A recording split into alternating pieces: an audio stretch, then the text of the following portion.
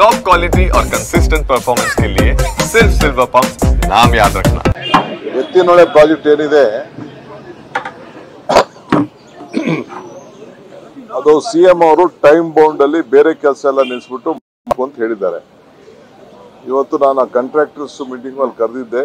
ಪರಮೇಶ್ವರ್ ಅವರು ಇಲ್ಲ ಅಂತ ಹೇಳಿ ನಾನು ಅದನ್ನ ಬೆಂಗಳೂರಿಗೆ ನಾಳೆ ನಾಡಿದ್ದು ಶಿಫ್ಟ್ ಮಾಡಿದ್ದೀನಿ. ಆ ಸ್ಪಾಟ್ಗೆ ಕೆಲವು ಕಡೆ ಎಲ್ಲೆಲ್ಲಿ ಪ್ರಾಬ್ಲಮ್ಸ್ ಇದೆ ಅಂತ ನೋಡ್ಲಿಕ್ಕೆ ಹೋಗ್ತಾ ಇದ್ದೀನಿ. ಈಗಾಗಲೇ ನಾನು ಬಿಂಡ್ಗುಡ್ಲು ದೊಡ್ಡಬಳ್ಳಾಪುರ ಆ ಸ್ಪಾಟ್ನ ವಿಸಿಟ್ ಮಾಡಿದ್ದೀನಿ. ನಿನ್ನೆ ಕೂಡ ಪರಮೇಶ್ವರ್ ಅವರು ಬಂದಿದ್ರು. ಅವ್ರ ಹತ್ರನೂ, ಯಾಕೆಂದ್ರೆ ಅವರೇ ಹಿಂದೆ ಕ್ಯಾಬಿನೆಟ್ ಸಬ್ ಕಮಿಟಿ ಅಧ್ಯಕ್ಷರಾಗಿದ್ರು, ಆ ಟೆಕ್ನಿಕಲ್ ಫೀಸಿಬಿಲಿಟಿ ನೋಡ್ತಾ ಇದ್ದೀವಿ.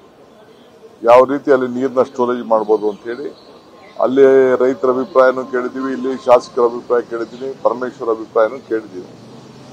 ಸೊ ಅಲ್ಲಿ ಜನರ ಪ್ರತಿನಿಧಿಗಳು, ಸಾರ್ವಜನಿಕರು ಪಾಪ ಅವರೆಲ್ಲ ಅವರ ನೋವು ಹೇಳ್ಕೊಳ್ತಾರೆ.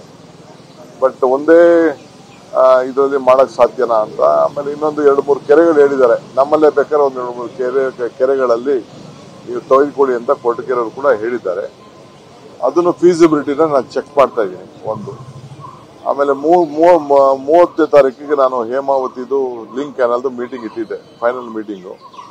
ಸೊ ಸೋಮಣ್ಣವ್ರು ಈಗ ತಾನೇ ನನಗೆ ರಿಕ್ವೆಸ್ಟ್ ಮಾಡಿದ್ರು 4ನೇ ತಾರೀಕು 5ನೇ ತಾರೀಕು ಇಟ್ಕೊಳ್ಳಿ ಅಂತ. ಅದನ್ನು ಪೋಸ್ಟ್ಪೋನ್ ಮಾಡ್ತೀವಿ. 30 ಇದ್ದಿದ್ದನ್ನ 5ನೇ ತಾರೀಕು ಅದಕ್ಕೆ, ಯಾಕೆಂದ್ರೆ ಪಾಪ ಅವರು MP ಇದ್ದಾರೆ, ಅವ್ರು ರಿಕ್ವೆಸ್ಟ್ ಮಾಡಿದ್ರು ನೀವು ಅವತ್ತು ಪೋಸ್ಟ್ಪೋನ್ ಸ್ವಲ್ಪ ನಾನು ಬರೋಕ್ಕಾಗಲ್ಲ ಅಂತ.